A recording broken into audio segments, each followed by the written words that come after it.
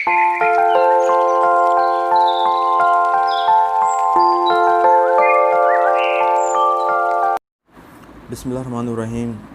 अस्सलाम वालेकुम। आज की वीडियो दो तरह के लोगों के लिए बहुत ही ज़्यादा इम्पोर्टेंट है। नंबर एक, जिनका ताल्लुक़ पॉलिटिक्स से है या दूसरे या जिनका इंटरेस्ट पॉलिटिक्स में है। दूसरे वो जो पाकिस्तान को तरक्की याफ्ता देखना चाहते हैं। आज की वीडियो दो पार्ट्स पर मुश्तमिल होगी। ये पहला पार्ट है जिसमें कुछ फैक्ट्स एंड फिगर होंगे या कुछ डिस्क्रिप्शन होंगी या कुछ इन्फॉर्मेशन होगी। सेकंड पार्ट में इस इंफॉर्मेशन या फैक्ट्स एंड फिगर की बुनियाद पर रिज़ल्ट होंगे। पाकिस्तान एक डेमोक्रेटिक कंट्री है, ये तो आप सब लोग जानते हैं। डेमोक्रेसी के हवाले से कुछ चीज़ें मैं आपने कुछ चीज़ें बयान करनी हैं जो काफ़ी लोग आप में से जानते हैं और शायद कुछ ना जानते हो। जो जानते हैं उनके लिए ये रिमाइंडर हो जाएगा और जो नहीं जानते उनके लिए इन्फॉर्मेशन। डेमोक्रेसी दो ग्रीक वर्ड से मिलकर बना है। पहला है डेमोस, जिसकी मीनिंग है पीपल। दूसरा वर्ड है क्रेटोस, जिसकी मीनिंग है रूल, यानी रूल ऑफ पीपल। इस्लाम में डेमोक्रेसी की डेफिनेशन इस तरह है: form of government in which people have the right to select their legislation governing legislation. या आम डेफिनेशन जो सब लोग जानते हैं कि अवाम की हुकूमत अवाम के लिए अवाम की तरफ से। डेमोक्रेसी की 4 टाइप्स हैं। इन टाइप्स का हमारी जो सेकंड पार्ट है या जो हमारे रिज़ल्ट हैं उससे तो कोई ताल्लुक़ नहीं है, लेकिन इन्फॉर्मेशन के तौर पर मैं आप लोगों के से शेयर कर लेता हूँ। पहली जो टाइप्स है डेमोक्रेसी की वो है डायरेक्ट डेमोक्रेसी, दूसरी है रिप्रेजेंटेटिव डेमोक्रेसी, तीसरी है कॉन्स्टिट्यूशनल डेमोक्रेसी और चौथी है मॉनेटरी डेमोक्रेसी। पाकिस्तान का जो नंबर या ताल्लुक़ है वो डेमोक्रेसी की सेकंड टाइप से, यानी रिप्रेजेंटेटिव डेमोक्रेसी, जिसमें अवाम लोग जो है अपना रिप्रेजेंटेटिव चुनते हैं और फिर वो आगे लेजिस्लेशन या कानून साजी करते हैं। डेमोक्रेसी के 4 लेवल हैं। ये लेवल उनकी स्कोर या डेमोक्रेसी की इंडेक्स की बुनियाद पर बनाए गए हैं।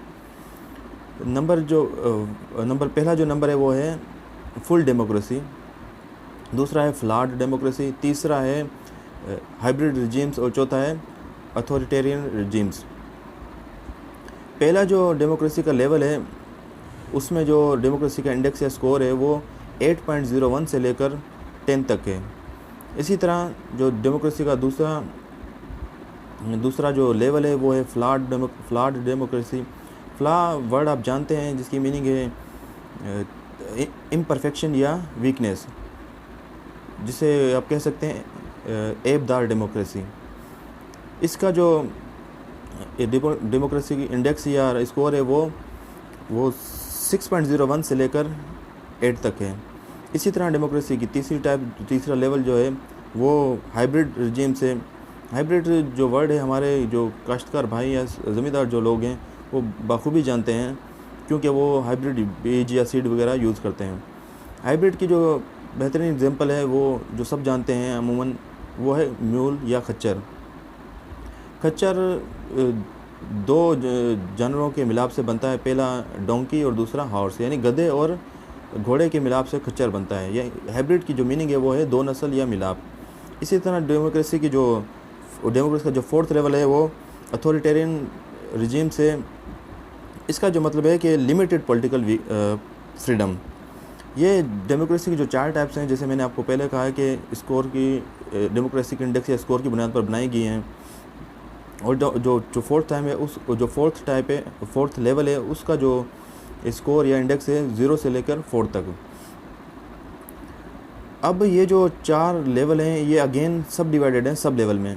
पहली जो डेमोक्रेसी की जो इंडेक्स है जो लेवल हैं वो पहले जो 3 हैं उनके 2 सब लेवल हैं और जो फाइनल है उसके 3 सब लेवल हैं। अगेन ये भी जो डिवीजन बनाई गई है स्कोरिंग की बुनियाद पर बनाई गई है। डेमोक्रेसी का जो पहला लेवल है फुल डेमोक्रेसी, जिसका जो स्कोर है या इंडेक्स है 8.01 से 10 तक है। वो जो मैंने जैसे आपका 2 सब लेवल में डिवाइडेड है, जो लोअर लेवल है वो 8.01 से 9 तक है और जो अपर लेवल है वो 9.01 से 10 तक है। इसी तरह जो फ्लॉड डेमोक्रेसी है उसका जो स्कोर या इंडेक्स है 6.01 से लेकर 8 तक है। इसका जो लोअर सब लेवल है वो 6.01 से 7 तक है और जो अपर लेवल है वो 7.01 से 8 तक है। इसी तरह हाइब्रिड रिजीम से वो 4.01 से 6 तक है, पर जिसके जो सब लेवल हैं वो 4.01 से 5 तक है लोअर लेवल, और जो अपर लेवल है 5.01 से 6 तक। और फाइनली जो डेमोक्रेसी का लेवल है अथॉरिटेरियन रिजीम्स वो 0 से लेकर 4 तक है उसका स्कोर, लेकिन जो सब लेवल हैं 0 से 2 तक लोअर लेवल है, फिर 2.01 से 3 तक मिडिल लेवल है, और इसी तरह फाइनल जो इसका जो अपर लेवल है 3.01 से 4 तक है। अब इन लेवल की बुनियाद पर जो दुनिया में नंबर 1 कंट्री है, या यूँ कह लें कि डेमोक्रेसी में जिस कंट्री का स्कोर सबसे ज़्यादा है वो नॉर्वे है। नॉर्वे का जो स्कोर या इंडेक्स है वो 9.87 है, यानी फुल डेमोक्रेसी से होते हुए इसका जो ताल्लुक़ है वो फुल डेमोक्रेसी में जो सब लेवल है उसका जो ताल्लुक़ अपर लेवल से है। और इसी तरह जो दूसरे नंबर पे वो है आइसलैंड है, तीसरे नंबर पर स्वीडन है। अब इनके जो इंडेक्स या स्कोर हैं वो इतने इंपॉर्टेंट नहीं हैं, लेकिन इनकी ये तरतीब आप जहन में रखिएगा, क्योंकि हमारे जो रिज़ल्ट बनेंगे इसी की बुनियाद पर बनेंगे, जो हमारे सेकंड पार्ट में होगा। इसके अलावा जो और भी आम कंट्रीज़ हैं उनके भी मैं आपको नंबर या रैंकिंग बता देता हूँ। 14 नंबर पे यूके है, 25 नंबर पर यूएस है, 51 नंबर पर इंडिया है, और हमारा प्यारा पाकिस्तान 108 इसका नंबर है या रैंकिंग है। और इससे नीचे तुर्की 110 या 110 है, और जो चाइना है उसका जो नंबर है 153 है। इस तरह ये एक 165 कंट्रीज़ हैं जो मुख्तलिफ़ तरतीब या रैंकिंग पर हैं डेमोक्रेसी इंडेक्स के लिहाज से। अब कुछ और चीज़ें भी मैं आपके साथ बयान कर दूं जिनकी बुनियाद पर हमने रिज़ल्ट्स बनाने हैं। उनमें जो नंबर 1 है वो है पॉपुलेशन। ये तो सब जानते हैं कि चाइना जो है दुनिया का नंबर 1 पॉपुलेटेड कंट्री है, जिसकी जो पॉपुलेशन है वो 1.393 बिलियन है। इसी तरह दूसरे नंबर पे इंडिया है, उसकी जो पॉपुलेशन है 1.353 बिलियन है। फिर अगर आप देखें तो जो दूसरे कंट्रीज़ हैं यूएस है, जिसकी पॉपुलेशन 328.2 मिलियन है। इसी तरह पाकिस्तान की जो 212 मिलियन है।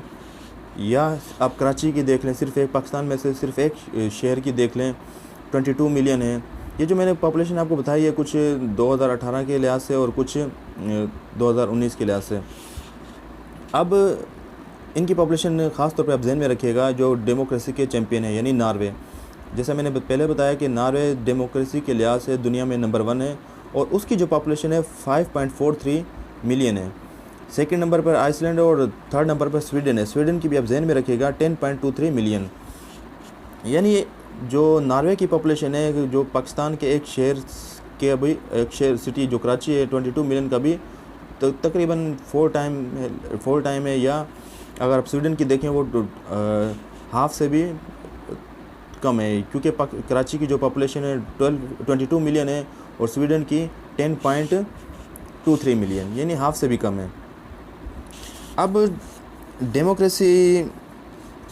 डेमोक्रेसी के लिहाज से ये जो कंट्रीज़ मैंने आपको बताए हैं या इनकी जो पॉपुलेशन बताई है, उनके साथ साथ एक और चीज़ आपने ज़हन में रखनी है, वो जो मैं बयान कर रखा हूँ।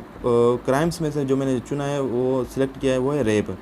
आजकल क्योंकि रेप बहुत ज़्यादा हो रहे हैं, इसलिए जो मैंने क्राइम सिलेक्ट किया है वो है रेप। रेप के जो स्टैटिस्टिक्स हैं वो मैं आपके सामने रखता हूँ। वैसे तो दुनिया में टॉप 10 जो कंट्रीज़ हैं उनमें से जो मैंने जो कंट्रीज़ बयान किए हैं उनमें से सिर्फ एक कंट्री है जो इस टॉप 10 में आ रहा है, वो है स्वीडन। बाकी जो कंट्रीज़ हैं हमारा उनसे ताल्लुक़ भी नहीं है, लेकिन फिर भी मैं आपको बता देता हूँ जो नंबर 1 पे कंट्री है रेप में वो है साउथ अफ्रीका। यानी साउथ अफ्रीका में सबसे ज़्यादा रेप होते हैं। खैर उसके क्या स्टैटिस्टिक्स हैं वो आप रहने दीजिए, लेकिन आप सिर्फ इतना याद रखिए कि रेप में टॉप 10 में जो कंट्री है, जो हमने जो डेमोक्रेसी के लिहाज से कंट्रीज या डेमोक्रेसी इंडेक्स के लिहाज से जो कंट्री बैन किए हैं, स्वीडन उनमें से 6ठा नंबर है। फिर इसके अलावा अगर आपने नॉर्वे में रेप को देखना हो तो नॉर्वे में 2018 में 2564 रेप हुए, या एक दिन के लिहाज से 7 रेप डेली। इसी तरह यूएसए में जो स्टैटिस्टिक हैं वो ये 2020 के हैं, और 2020 में भी अभी तकरीबन 3 महीने कंप्लीट होने में 3 महीने बाकी हैं, यानी ये 9 मंथ के फिगर्स हैं। वो हैं 84,767, यानी 84,767 रेप 9 मंथ में यूएसए में। और अगर हम डेली के लगाएं तो एक दिन के लिहाज से 308, और इंडिया में 22,172, या दिन के लिहाज से 80। अब ये चीज़ें आपने जहन में रखनी है, क्योंकि इन चीज़ों का जो ताल्लुक़ है वो हमारी नेक्स्ट वीडियो से है, और इंशाल्लाह नेक्स्ट वीडियो भी जल्दी आएगी, क्योंकि ये वीडियो अधूरी है एक किस्म की, और जब तक दूसरी वीडियो नहीं आएगी ये मुकम्मल नहीं होगी। तो इंशाल्लाह ये आज या कल की डेट में भी सेकंड वीडियो आ जाएगी। सो लिहाजा से सेकंड वीडियो तक अल्लाह हाफिज़।